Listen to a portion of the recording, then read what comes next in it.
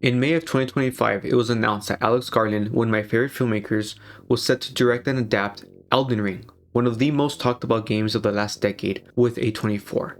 Now, as a fantasy fan and a Garland fan, this excited me greatly, but I couldn't help but also be incredibly puzzled by this choice.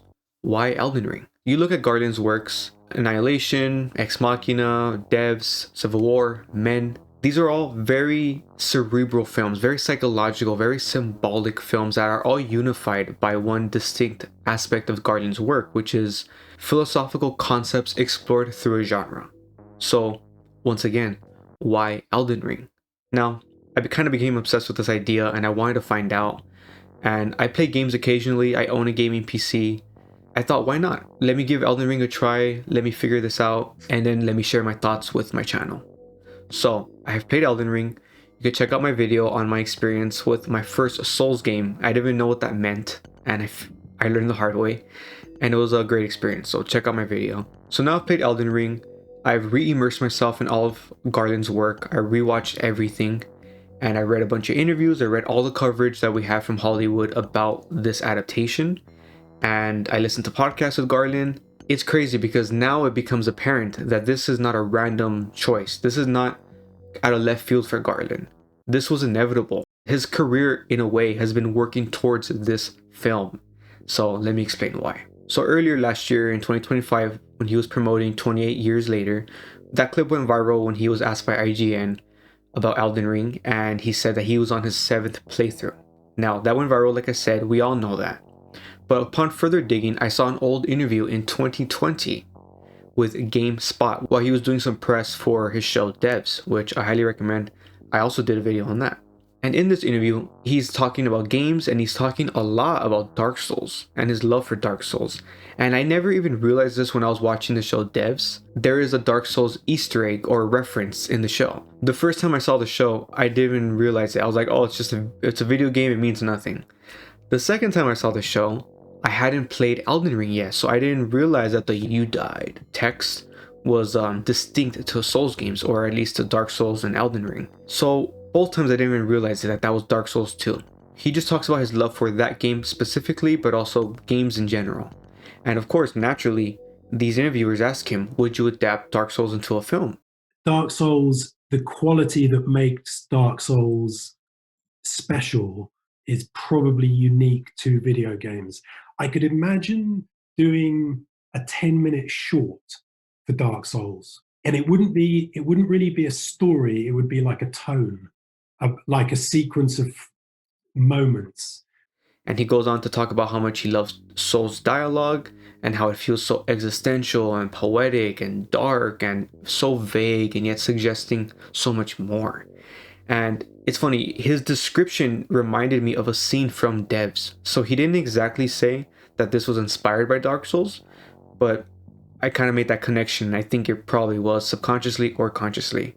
But there's a scene towards the end of the show where Stuart and Lily have never met each other, but they're both important to the story. And Lily's on a journey. She's like our main protagonist, and she's on this journey. She's coming to the end. Everything's here. She's at the Devs facility. It's like final boss almost. And then she meets Stuart, and they have a very weird, vague exchange that feels existential. It feels poetic. It feels like doom is imminent. And it almost feels like he's an NPC in her story. And it's just, and now I made this connection, and I just feel like it's just a really cool little Easter egg almost. So anyways, so he says Dark Souls wouldn't work in an adaptation to him at that point. And of course, he initiated Elden Ring being adapted. He created the script. He wrote this entire large 160-page script with 40 pictures of images. And just so you know about scripts, 160 pages is very long. That's like as long as Peter Jackson's Lord of the Rings films. Now, I'm not saying Garland's adaptation will be that long, but clearly he wrote a lot of material. At least his first draft or first couple of drafts are really big. So clearly Garland threw himself at this, and he has a lot to write about. So of course this puzzled me, like why does Elden Ring work, and why do you have so much to write about, and why is Dark Souls not adaptable? So I didn't want to rely on my own knowledge because, like I said, I'm quite ignorant to this. So I went to Instagram and I went to Reddit, and I just asked the Souls veterans, like What do you guys think about this? Pretty much across the board, everyone gave the same answer. They all said that Elden Ring storytelling is the same as Dark Souls. So it's not that Elden Ring is more story driven, it's not more story rich, it's the same type of thing. But where it does differ is just the fact that Elden Ring is bigger. It's just simply a bigger story, a bigger world, because it's an open world game.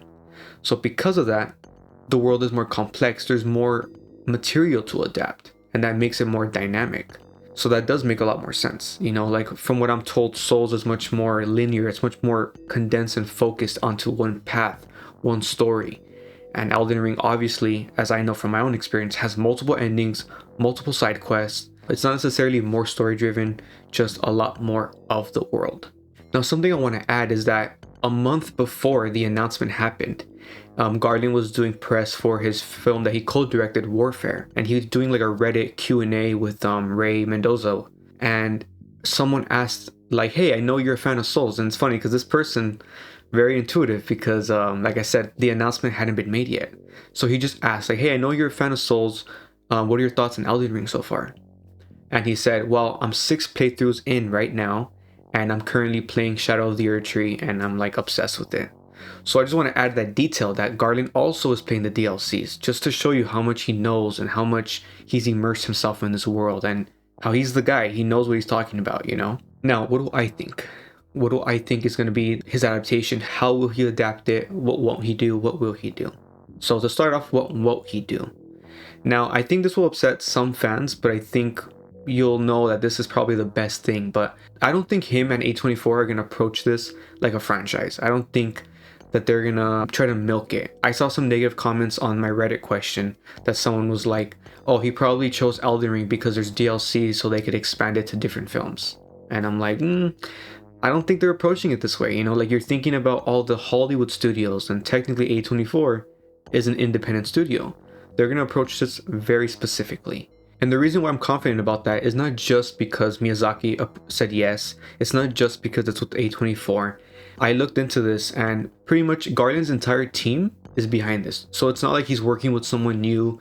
It's not a new studio. It's not a new anything. Like all the same producers, his usual team. So there's no reason why this film is not 100% what Garland wants. Like there's not going to be any agendas, nothing like that. So anyways, I don't think Garland is gonna go back and tell old stories. Like I don't think we're gonna get Vike, which I have seen referenced many times in comment sections and in my Reddit thread. People keep bringing him up that they want to see that story, and I don't think he's gonna do that. Maybe Garland will show us a new side of himself and show like that he is like a fan, like a real fanboy, and that'll be cool. I'm sure he'll do it the right way, but my instinct tells me he's not gonna do like fan service in that particular way. But I do think we'll get like recontextualizations of the story, because I haven't played Shadow of the Erdtree, but I know that there's more lore in that DLC. So since he's played it, I could see him using the information he gains in that story and recontextualizing it. Maybe the audience learns it earlier. Like I don't know exactly how that would work, but I could see him doing something like that.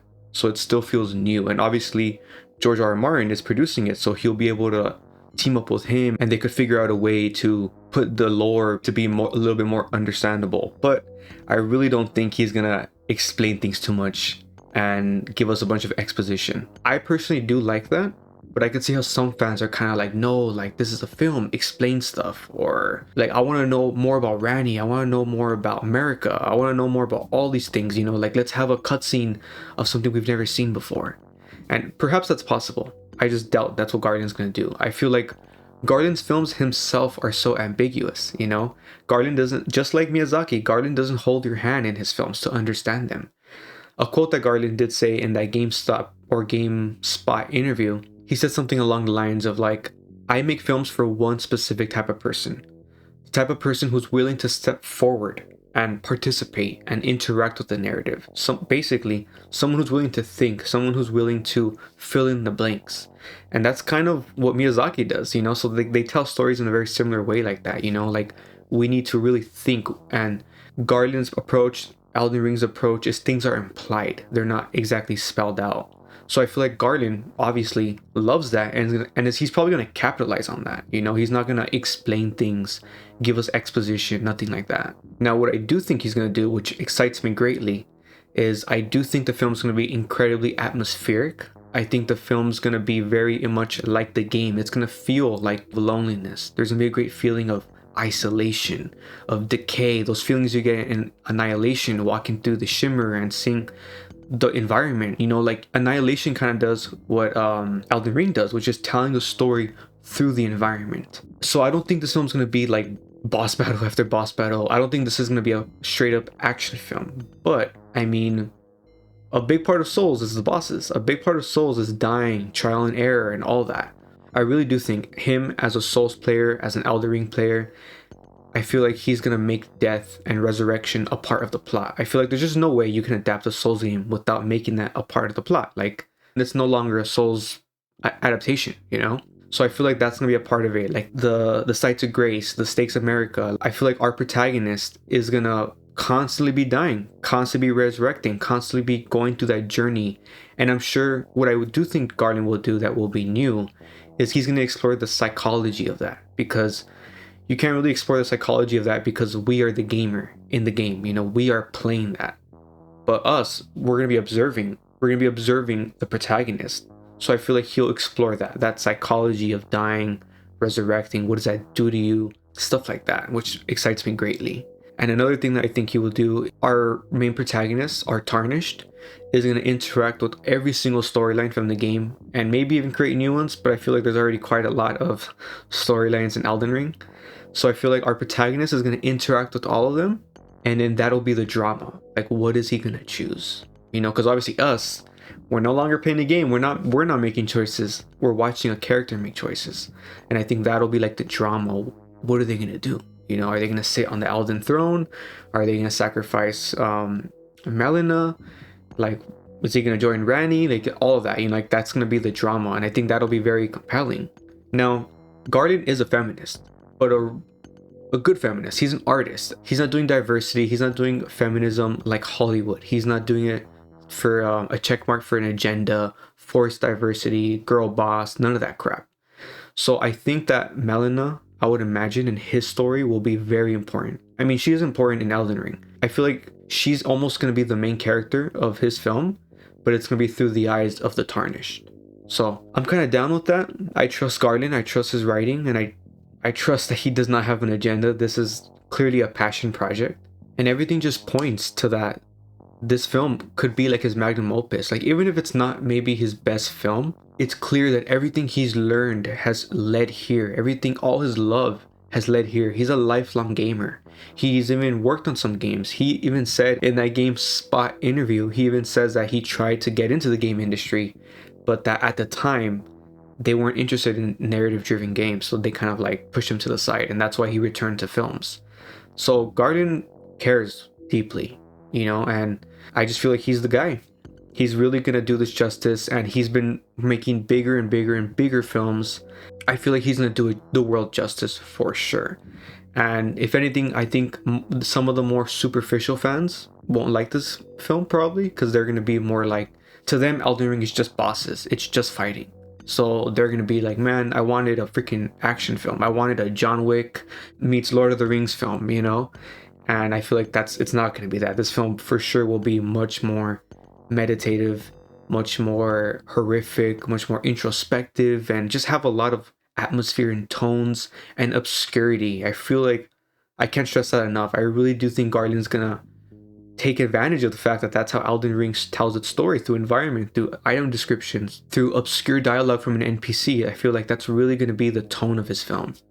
And yeah, I can't wait. That's all I've got for now. Let me know your thoughts on my thoughts on what you want to see specifically. You know, like, I know it's hard to not think only as a fan and you just want to see a specific thing, but what do you truly want to see? Like, in a real adaptation, a real meaningful adaptation, what do you want to see from this?